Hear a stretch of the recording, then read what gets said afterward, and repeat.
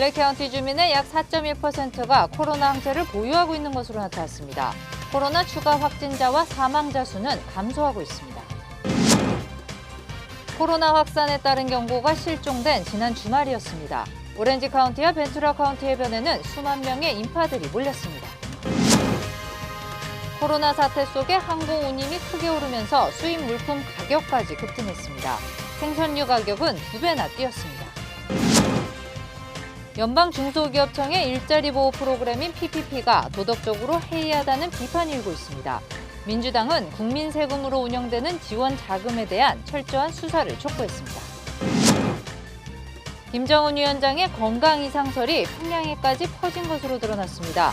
극적으로 등장할 것이라는 예상과 신변 이상이 확실하다는 주장이 여전히 맞서 있습니다. 네, 주택 모기지 신청이 크게 증가했습니다. 지난해보다 무려 3배나 많았다고 합니다. 관련 소식은 잠시 뒤에 전해드리겠습니다. 네, LA 카운티 주민의 약 4.1%가 코로나 바이러스 항체를 보유한 것으로 추정됐습니다. 코로나19 바이러스가 예상보다 훨씬 더 광범위하게 퍼져 있는 것으로 해석됐습니다. 먼저 김민우 기자가 보도하겠습니다.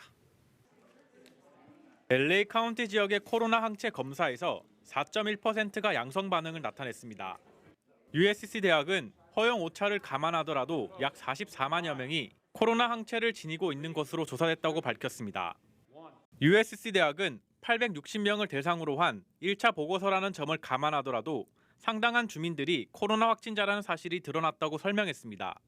항체 양성 반응은 자신도 모르는 사이에 무증상이거나 가벼운 증상만 나타냈다는 의미로 해석됩니다. 전문가들은 당초 예상보다는 코로나 바이러스가 훨씬 더 일찍, 더 광범위하게 퍼졌다는 사실을 나타낸다고 지적했습니다. 지난 주말 잠시 주춤했던 LA 카운티 내 확진자 증가세는 다시 반등했습니다. 하루 동안 900명의 확진자가 추가로 발생했습니다. LA 한인타운 내 확진자는 1명이 더 늘어나 모두 116명이 됐습니다. 바이러스 전문가들은 코로나 사태를 낙관하기에는 아직 너무 이르다는 점을 거듭 지적했습니다. LA에서 SBS 김민우입니다. 네, 코로나 확산에 대한 우려가 실종됐다는 경고가 잇따르고 있습니다. 지난 주말 해변에는 수많은 인파들이 몰렸습니다. 마스크 착용이나 거리 두기 같은 기본 수칙도 잘 지켜지지 않았다고 합니다. 계속해서 이원진 기자입니다. 지난 주말 일제히 개장한 오렌지 카운티 뉴포트 비치 해변입니다. 마스크를 착용하지 않는 것은 물론 사회적 거리 두기도 지키지 않는 경우가 빈번합니다. 뉴포트 비치시는 지난 금요일에만 무려 4만 명 가까이 해변을 찾은 것으로 추산했습니다. 사회적 거리 두기가 완화된 벤투라 카운티 해변에도 사정은 마찬가지입니다.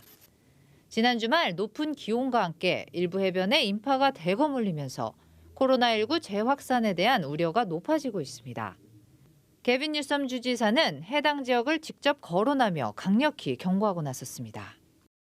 We have made real progress in this state over the course of the last number of weeks. The images down in Orange County and Ventura County on our beaches.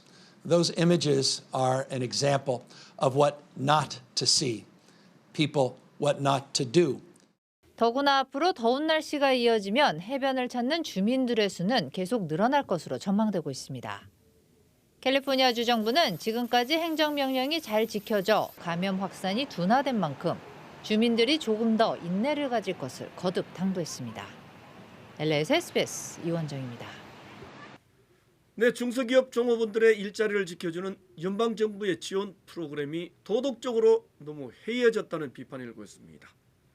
이익이 나거나 특별 지원이 필요 없는 흑자 기업이나 대기업들까지 PPP 프로그램의 지원을 받은 사실이 드러났습니다.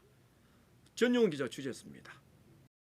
세계적으로 유명한 스포츠팀 LA 레이커스에서부터 스테이크 전문점 루스 크리스와 전국적인 햄버거 체인 쉑쉑까지 모두 연방정부 급여보호 프로그램 PPP를 신청했다가 반환하겠다고 선언한 대기업들입니다. 최근 한 대형 한인마켓도 200만 달러가 넘는 PPP 대출금을 전액 반환하겠다고 밝히기도 했습니다. 중소기업들을 위한 긴급 급여보호 프로그램이 대기업들에게 지급된 사실이 드러나면서 논란이 거세지고 있습니다. 척 슈머 민주당 상원 원내대표 등은 융자금 분배 과정의 특혜 의혹을 제기하며 수사 촉구에 나섰습니다. 연방중소기업청에 다음 달 초까지는 금융기관에 대한 구체적인 가이드라인을 제시할 것을 요구하기도 했습니다. 연방재무부는 논란이 확산되면서 그동안 대출을 받은 비적격 업체들은 다음 달 7일까지 융자금을 반납할 것을 지시했습니다. 재무부는 융자를 진행한 금융기관들에게도 자격 미달인 기업의 융자금 회수를 직접 명령하기도 했습니다. 연방정부의 급여보호 프로그램 PPP 2차 신청은 오늘부터 다시 재개됐습니다. LA에서 SBS 전영웅입니다. 네, 코로나 사태 이후에 한국 운임이 크게 올랐습니다. 이에 따라 수입 물품 단가도 급등했습니다. 특히 생선류 가격은 배가 넘게 뛰었다고 합니다. 이삼현 기자입니다. 코로나 사태로 한국산 해물이 금값으로 변하고 있습니다. 전문가들은 코로나 사태로 화물기에 마스크가 가득 채워지기 때문에 항공 운임이 2배 정도 급등했다고 설명했습니다. 이유는 여러 가지겠죠. 요즘 항공편도 많이 줄었고요. 스페이스 많이 없고. 항공사들이 항공편을 감소한 것도 운임료 상승을 부추겼습니다. 한국산 광어 가격을 지난 2월 말과 비교했을 때 2배 정도 급등한 것으로 밝혀졌습니다. 약 2달 전 광어 가격은 파운드당 12달러에서 지금은 파운드당 22달러에 거래되고 있습니다. 더구나 한국산 멍게와산 낙지 그리고 해삼 등은 운임료 상승으로 수입이 크게 줄어 수급난까지 겪고 있다고 전문가들은 덧붙였습니다. 예, 오는데 그런 걸 아예 일체를 안 들어오고 광어만 들어와요. 8불, 10불, 많게는 10불 이렇게 올랐어요. 한국에서 수입되는 화장품과 의류 가격도 20% 정도 상승할 전망입니다. 택배 가격이 2배 이상 뛰면서 가격을 올릴 수밖에 없다고 자영업자들은 설명했습니다. 지금 우리도 굉장히 많이 고민하는데 그렇다고 또 물건 안 할 수는 없는데 물건도 우리가 해라 나갈 수 있는 입장도 아니잖아요. 항공 운임료 상승과 함께 한국산 식료품과 생필품 가격 상승은 당분간 지속될 전망입니다. LA에서 SBS 이삼현입니다. 네, 렌트비를 낼 수가 없습니다. 일자리를 잃은 실업자들이 급기야 시위까지 벌였습니다. 렌트비 체납은 금융기관 부실로 이어질 수 있다는 예상도 나왔습니다. 손수민 특파원이 보도하겠습니다. 워싱턴입니다.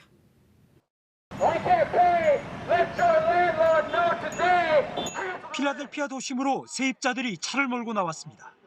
코로나 여파로 일자리를 잃고 수입이 끊기자 월세를 못 내겠다며 시위에 나선 겁니다. People have lost their jobs and people don't have the money now. They're not going to have 3 months worth later down the line.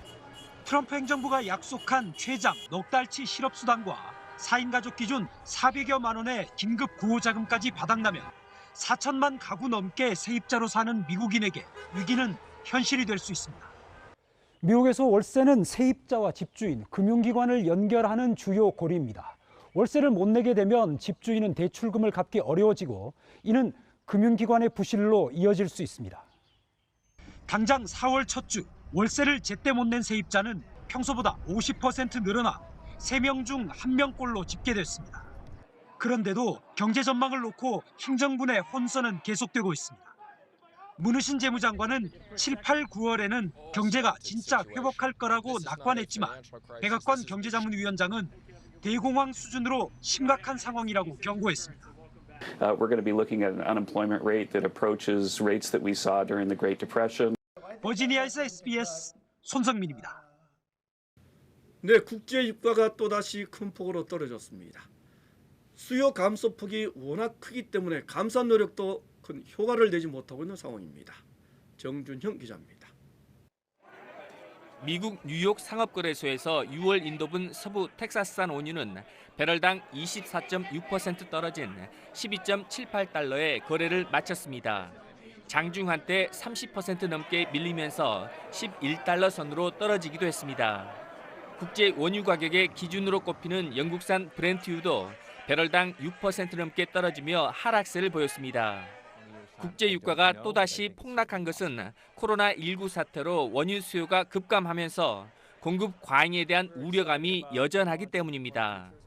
주요 산유국들은 당초 합의대로 다음 달부터 하루 970만 배럴씩 석유 생산을 감산할 예정입니다. 하지만 하루 2, 3천만 배럴로 추정되는 석유 감소 폭에는 턱없이 부족하다는 지적이 나오고 있습니다. 특히 원유 재고가 가파르게 늘면서 향후 몇 달 안에 세계 원유 저장 탱크가 가득 차는 이른바 탱크톱에 이를 것이라는 전망도 유가에 부정적 영향을 줬다는 평가입니다. 이와 관련해 월스트리트 저널은 하루 1,000만 배럴씩 괴물 같은 속도로 원유 재고가 늘어나고 있다고 전했습니다. 국제 유가 급락에도 뉴욕과 유럽 증시는 봉쇄 완화와 경제활동 재개에 대한 기대감으로 일제히 상승세를 보였습니다. SBS 정준영입니다. 네, 연방이민국의 대면 업무가 오는 6월 4일부터는 재개될 것이라고 합니다. 이민 업무가 다소나마 빨라질 것이라는 예상입니다. 이사명 기자입니다. 코로나19 확산으로 지난달부터 업무를 중단했던 연방이민서비스국. 이민서비스국은 빠르면 오는 6월 4일부터 직접적인 대면 접촉 업무를 재개한다고 밝혔습니다. 코로나 사태로 업무를 중단하고 폐쇄한 서비스국은 지역 사무실들을 6월 4일부터 오픈하기 위해 준비하고 있다고 설명했습니다. 영주권과 시민권 인터뷰, 그리고 지문 채취 등 직접 대면하는 업무를 모두 재개한다는 겁니다. 서비스국은 대면 업무를 중단했을 당시 지역 사무실들은 대면 업무를 제외한 모든 필수 업무는 계속 진행하고 있었다고 밝혔습니다. 긴급하게 대면 업무가 필요한 경우 제한적으로 대면 업무도 제공했다고 서비스국은 강조했습니다. 앞서 이민서비스국은 지난 4월 1일부터 다시 업무를 시작할 계획이었지만 코로나 사태가 심각해지면서 2차례 재개를 연기한 바 있습니다. 연방이민서비스국은 인터뷰 취소와 대면 업무 지연 등에 대해 영향을 받은 대상자들에게 변경된 스케줄을 안내할 방침입니다. SBS 이사면입니다. 네, 최근 들어 모기지 재융자 신청이 크게 증가한 것으로 나타났습니다. 지난해에 비해 무려 3배 넘게 늘어났습니다. 모기지 재융자 이자율이 지속적으로 하락하면서 수백만 가구가 재융자를 고려 중인 것으로 알려졌습니다.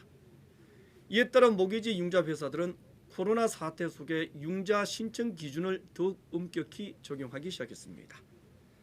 최소한 20%의 다운 페이먼트와 700점 이상의 신용 점수를 요구하고 있습니다.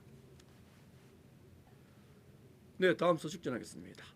미국 정부가 또다시 한미 방위비 분담금 증액을 압박하기 시작했습니다. 미국 측이 유연성을 보였으니 그에 상응하는 만큼 방위비를 올려달라는 요구입니다. 김수영 특파원이 전하겠습니다. 워싱턴입니다. 미 국무부 대변인은 한국이 방위비 분담금에서 더 공평한 몫을 기여할 수 있고 더 기여해야 한다는 것이 미국의 견해라는 기존 입장을 재확인했습니다. 그러면서 미국은 수용 가능한 합의에 도달하기 위해 최근 몇 주간 상당한 유연성을 보여왔다며 한국 정부의 추가 타협이 있기를 바란다고 밝혔습니다. 협상 초기 현재의 5배 수준인 50억 달러 가까이 요구한 것에 비해 미국이 양보했으니 한국 정부가 더 부담하라는 압박으로 보입니다. 한미협상단은 지난 1일 주한미군 한국인 노동자 무급휴직 시행을 앞두고 잠정 합의안을 마련한 것으로 알려졌지만 트럼프 대통령의 반대로 무산됐습니다. They've offered us a certain amount of money and I've rejected it. We're asking them to pay for a big percentage of what we're doing. 안규백 국회 국방위원장은 우리 정부가 실무 협상에서 제시한 인상률은 올해 13에서 14% 사이라고 설명했습니다. 국방부는 급여가 끊어진 주한미군 한국인 노동자들을 지원하기 위해 정부가 임금의 최대 70%를 미리 주고 협상이 타결되면 이 비용을 제외한 나머지를 미국에 주는 방안을 논의하고 있다고 밝힌 바 있습니다. 워싱턴에서 SBS 김수영입니다. 김정은 위원장의 건강에 큰 문제가 있다는 소문이 북한 평양에서도 확산되고 있습니다. 미국 언론은 이렇게 보도했습니다. 한국 정부는 문제가 없다는 식의 진화에 부심한 모습입니다.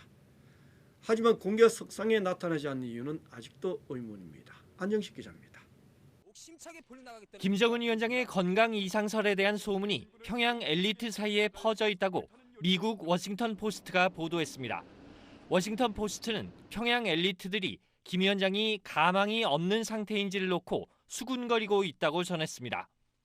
불안감의 사재기 현상까지 나타나고 있다고 전했지만 러시아 타스 통신은 평양이 평온한 분위기라며 상반된 보도를 하기도 했습니다.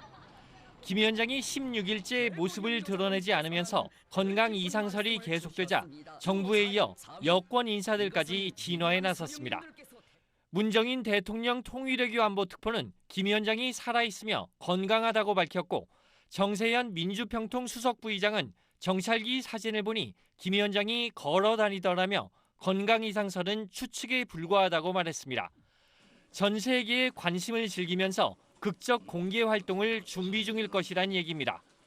가장 정보가 많은 정부의 판단이니 중심에 두고 봐야겠지만 건강 이상설이 급속히 퍼지는데도 왜 공개석상에 직접 나오지 않느냐는 의문은 여전합니다. 북중 국경 등을 통해 건강 이상설이 북한 내로 유입되면 북한 특성상 김 위원장의 통치력 행사에도 해가 될 수 있기 때문입니다. 김 위원장이 안 나오는 것인지 못 나오는 것인지 판단은 일러 보이지만 한쪽으로 예단하기보다 좀 더 세밀한 관찰과 분석이 필요해 보입니다. SBS 안정식입니다. 네, 코로나 파티를 하자. 예뻐 보인다. 한국인 유학생 부부가 독일 베를린 지하철역에서 이렇게 봉변을 당했습니다. 유학생 부부는 인종차별 행위에 대한 수사를 요청했습니다. 김지성 기자입니다. 독일 유학생 33살 A씨 부부는 어제 새벽 집으로 가는 지하철에서 독일인 5명에 둘러싸였습니다. 대뜸 코로나라는 말을 여러 차례 들었습니다. 그쪽에서 먼저 이제 갑자기 해피 코로나 데이 이러면서 갑자기 말을 걸기 시작하는 거예요. 코로나 파티 이러고. 인종차별이라고 항의했지만 이들은 아랑곳 않고 성희롱 발언까지 했습니다. 아내한테 막 혓바닥 열렁거리면서 너 결혼했냐, 뭐 섹시하다 이런 식의 뭔가 성희롱적인 발언을 계속 이어갔어요. A씨 부부는 이런 행동을 증거로 남기기 위해 휴대전화로 촬영했고 촬영을 막으려는 독일인들과 실랑이가 벌어지면서 군데군데 타박상을 입었습니다. 전기 충격기를 꺼내들기도 했다고 A씨는 전했습니다. 전기 충격기를 저희한테 지직거리는 걸 보여주더라고요. 소리나 그런 스파크가 튀는 게 전기 충격기 같이 보였어요. 주 독일 대사관은 경찰에 사건이 접수될 정도로 한국인이 인종차별을 당한 것은 극히 이례적이라고 밝혔습니다. 독일에서는 나치 등 그 역사적인 이유로 인해서 인종차별주의적인 범죄에 대해서 더 강하게 처벌을 하고 있습니다. 대사관은 독일 경찰에 신속하고 철저한 수사를 요청하고 A씨에게 법률 자문을 지원하기로 했습니다. SBS 김치성입니다. 네, 유럽에서는 러시아가 코로나 확진자 다발 지역으로 새롭게 부상하고 있습니다. 중국보다도 더 많은 8만 7천 명의 확진자를 기록했습니다. 김혜민 기자입니다. 러시아의 코로나19 추가 확진자가 현재 시간 어제 하루 6,198명 늘어났습니다. 이틀 연속 6천 명이 넘는 신규 확진자가 쏟아지면서 누적 확진자는 8만 7천 명을 넘어섰습니다. 중국의 누적 확진자 숫자인 8만 3천여 명을 제치고 세계 9위 규모입니다. 러시아 당국은 검진 수가 하루 10만 건을 넘어 무증상 감염자를 포함한 확진자 수가 크게 늘어나고 있다고 설명했습니다. 또 병원과 군대 등에서 집단 감염 사례가 증가하고 귀국민 가운데 해외 유입 감염자도 계속 늘어나면서 대규모 추가 확진자가 발생하고 있는 것으로 보입니다. 러시아를 제외하고 코로나19 확산세가 주춤하고 있는 유럽에서는 노르웨이가 오늘부터 일부 초등학교 등교를 시작하는 등 봉쇄 완화의 속도를 내고 있습니다. 프랑스는 중단됐던 파리 노트르담 대성당의 복구 작업을 이동 제한령이 해제되는 다음 달 11일부터 재개하기로 했습니다. 미국에선 트럼프 대통령의 인체 살균제 주입 검토 발언 논란이 이어지면서 백악관 브리핑을 둘러싼 혼선이 빚어지고 있습니다. 백악관이 당초 현지 시간 오후 5시에 예정됐던 코로나19 대응 관련 브리핑을 갑작스럽게 취소하겠다고 발표했다가 다시 열겠다고 발표하면서 백악관이 혼란을 키우고 있다는 비판이 나오고 있습니다. SBS 김혜민입니다. 네, 계속하겠습니다. 어제는 판문점에서 남북 협력을 선언한 지 2주년이 되는 날이었습니다. 문재인 대통령은 남북 협력을 거듭 촉구했습니다. 보도에 김아연 기자입니다. 지금은 열차가 오가지 않는 동해선 최북단 고성군 제진역입니다.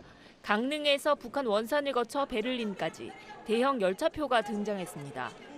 판문점 회담 2년에 맞춰 정부는 동해선 남북 철길 중에 남쪽 단절 구간인 남강릉역에서 제진역 110.9km를 잇기로 했습니다. 53년 만의 복원입니다. 정부는 이번 사업이 남북철도 연결로까지 이어지길 기대하고 있는데 남북철도 연결 현대화는 2년 전 판문점 선언에 담긴 내용입니다. 문재인 대통령은 판문점 선언이 속도를 내지 못한 건 국제적인 제약 때문이었다면서 지금의 코로나19 위기는 오히려 돌파구가 될 수 있다고 했습니다. 코로나19의 위기가 남북협력의 새로운 기회일 수 있습니다. 지금으로서는 가장 시급하고 절실한 협력 과제입니다. 할 수 있는 일들을 찾아야 한단 말로 북한의 호응을 촉구하면서 이산가족 상봉도 코로나 상황이 안정되는 대로 추진하겠다고 했습니다. 김정은 위원장은 판문점 선언 2주년에도 잠행과 침묵을 이어갔는데 정부와 여권 인사들은 김 위원장이 건강하다는 말 등으로 각종 설에 거듭 선을 그었습니다. SBS 김아영입니다.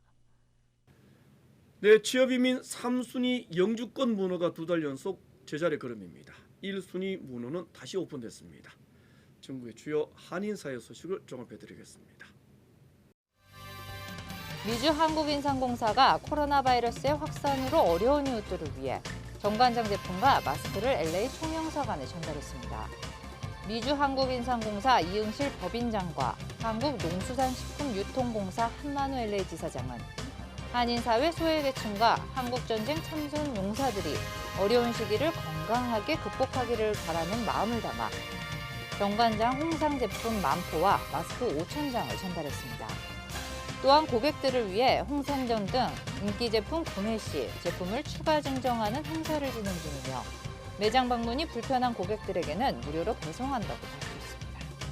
LA 북동부 리츠크레스트에서 어제 규모 4.0의 지진이 발생했습니다. 연방지질조사국은 어젯밤 8시 46분쯤 리츠크레스트에서 6마일 떨어진 지점을 진앙으로 규모 4.0의 지진이 발생했다고 밝혔습니다. 리츠크레스트는 지난해 7월 규모 7.1 강진이 발생했던 곳입니다. 한국문화원이 온라인으로 조선문인전 K-퍼포먼스를 진행하고 있습니다. 한국문화원은 오는 7월까지 조선 후기 문인들의 독창성과 현대성을 잘 나타내는 문인 박지원과 박재가를 선정해 그들의 작품을 해설과 함께 캘리그래피로 표현한 영상 시리즈와 국립현대미술관 개관 50주년 기념전 K-퍼포먼스 시리즈 등을 진행한다고 밝혔습니다. 해리스 카운티에서 주민들은 오늘부터 마스크나 얼굴 가리개를 착용해야 합니다. 카운티 정부는 오늘부터 30일 동안 얼굴 마스크나 덮개를 착용해야 한다며 이를 위반할 경우 $1,000의 벌금을 부과하며 법적 집행도 가능하다고 발표했습니다. 취업이민 1순위의 영주권 문호가 다시 오픈했습니다. 미 국무부는 2020년 5월 영주권 문호에 따르면 취업이민 1순위는 우선 수속 일자가 수개월 만에 없어지고 문호가 활짝 열렸다고 밝혔습니다. 반면 3순위는 영주권 승인 판정일이 전달과 동일한 2017년 1월 1일로 2달 연속 제자리 걸음입니다. 네, 전두환 전 대통령이 13개월 만에 다시 법정에 출두했습니다. 사죄나 사과 한마디 하지 않았습니다. 잠시 뒤에 자세히 보내드리겠습니다.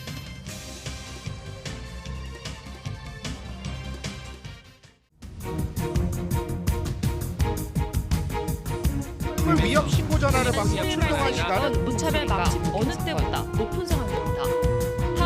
힘없는 지지를 보냈습니다. 다양한 직업의 신분의 행렬이 한인타운 학생들은 직접 그린 팻말을 들고 손에 손을 이어잡고 배추와 상추 같은 채소는 어쩔 수 없이 음식 가격을 올립니다.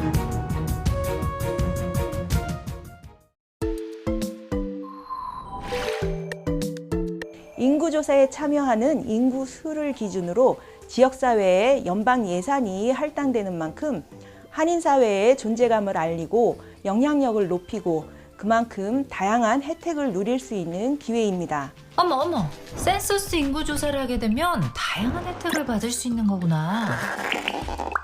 그렇지. 센서스 기금이 학교에 지원되면 아이들에게 다양한 혜택이 가겠지? 그럼 공공치안 문제는?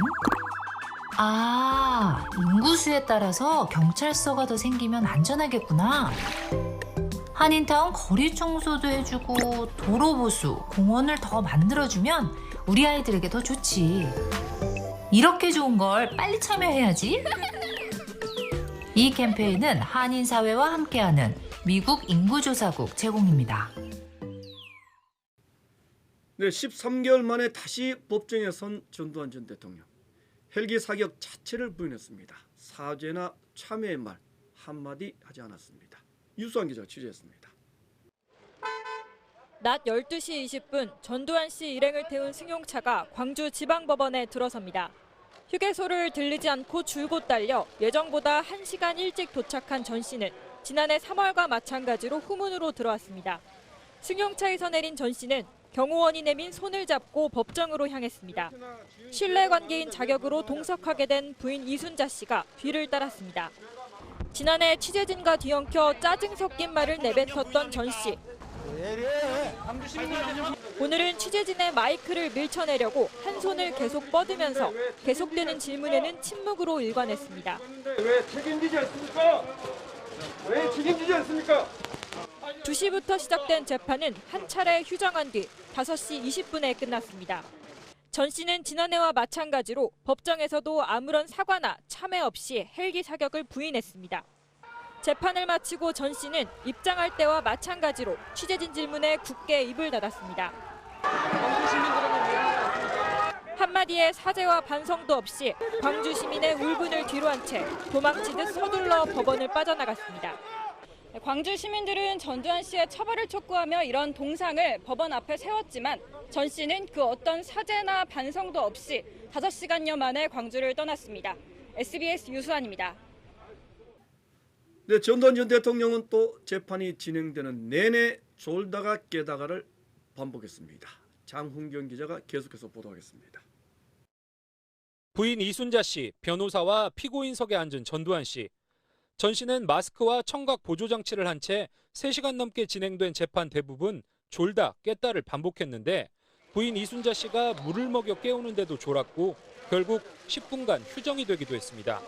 공소 사실을 인정하느냐는 재판장 질문엔 명확하게 혐의를 부인했습니다. 만약 헬기에서 사격했다면 많은 희생이 있었을 것이고 그런 무모한 헬기 사격을 대한민국의 아들인 헬기 사격수가 하지 않았을 거라고 답했습니다. 알츠하이머를 앓고 있다면서도 사격수의 계급을 정확히 지칭했습니다. 전 씨 측 변호인이 군이 광주 시민을 적으로 규정한 건 말이 안 된다고 하자 그럼 광주 시민은 누가 죽인 거냐고 방청객이 소리쳤고 한 방청객은 전 씨를 살인마라고 외치다가 퇴정당하기도 했습니다. 전두환 씨 측 변호인은 한술 더 떠 5.18 기간 중 헬기 사격은 국민을 분열시키고 역사를 왜곡하는 거짓이라고 주장했는데 내세운 논리는 모두 검찰에 반박 가능한 것이었습니다. 고 조비오 신부가 80년 5월 21일 목격했다는 공격 헬기 500MD 사격에 대한 주장이 대표적입니다. 변호인은 500MD에 달린 기관총은 분당 2,000발, 많게는 4,000발까지 쏘기 때문에 조 신부가 들은 것처럼 드드득 하는 짧은 소리는 나지 않는다고 주장했습니다. 하지만 검찰과 국방부 5.18 특조위는 500MD 조종사가 10발 정도씩 이른바 끊어 쏘는 게 가능하다는 걸 확인하고 관련 영상도 확보한 상태입니다. 뻔뻔하고 가증스러웠죠. 무시해버리고 자기 주장만 오늘 늘어놓으면서 6월 1일 열리는 다음 공판엔 전일 빌딩 탄핵이 헬기 사격으로 생겼다고 분석한 국과수 담당자 등이 증언할 예정입니다. SBS 장훈경입니다. 네, 아동 성착취 영상물을 배포했던 손정우 씨. 출소 하루 전에 또다시 구속됐습니다. 한국 검찰은 미국 송환 절차를 신청하기로 했습니다. 정반석 기자입니다. 지난해 5월 성착취 영상 제작 등의 혐의로 징역 1년 6월을 선고받은 손 씨는 오늘 0시에 만기 출소 예정이었습니다. 하지만 손 씨는 수감 중인 서울구치소에서 어제 다시 구속됐습니다. 미국 송환을 위해 지난 20일 법원이 발부한 인도 구속영장을 검찰이 집행한 겁니다. 검찰은 조만간 손 씨의 범죄 인도 심사를 청구할 예정인데 법원은 2달 안에 인도 여부를 결정해야 합니다. 손 씨는 2015년 7월부터 2018년 3월까지 다크웹에서 웰컴 투 비디오 사이트를 운영하며 아동 청소년 성착취물 수천 개를 배포한 혐의를 받고 있습니다. 손 씨는 아동 음란물 배포 등 9개 혐의로 미국 법원에도 기소돼 있습니다. 다만 손 씨는 미국에 송환되더라도 최소 징역 15년에 중형이 적용되는 성착취 영상 제작 등 혐의로는 처벌받지 않을 전망입니다. 이미 같은 혐의로 국내에서 형이 확정됐기 때문입니다. 대신 국제자금세탁 혐의 등으로 재판을 받게 될 것으로 보입니다. SBS 정만석입니다.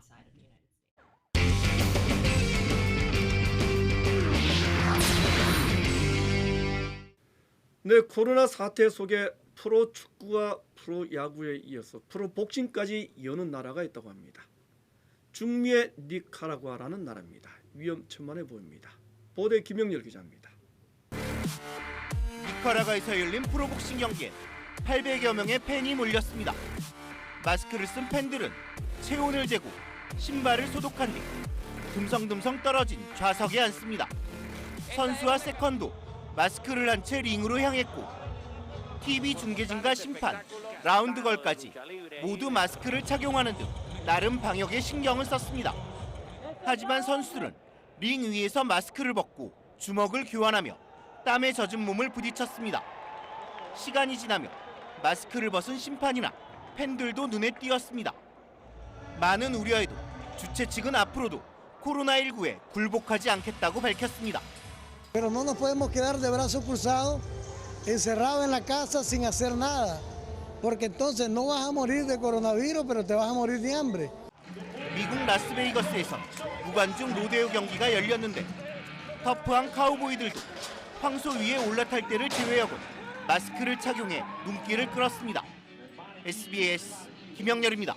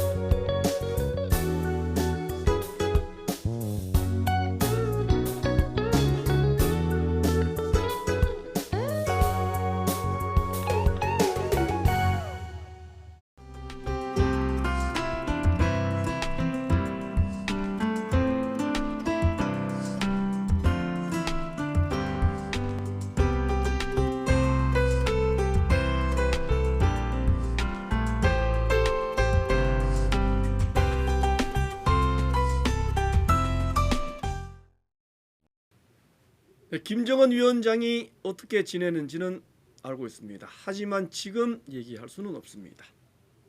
멀지 않은 장래에 듣게 될 것입니다. 트럼프 대통령이 오늘 공개한 발언입니다. 미군 정찰기는 오늘도 한반도 주변을 날아올랐다고 합니다. 한국의 공식 반응은 북한 내에 특이 동향은 없다라는 겁니다. 이런 와중에 17일째 공식 석상에서 사라진 김정은 위원장. 오늘도 모습을 드러내지는 않았습니다. 이 분수 마치겠습니다. 고맙습니다.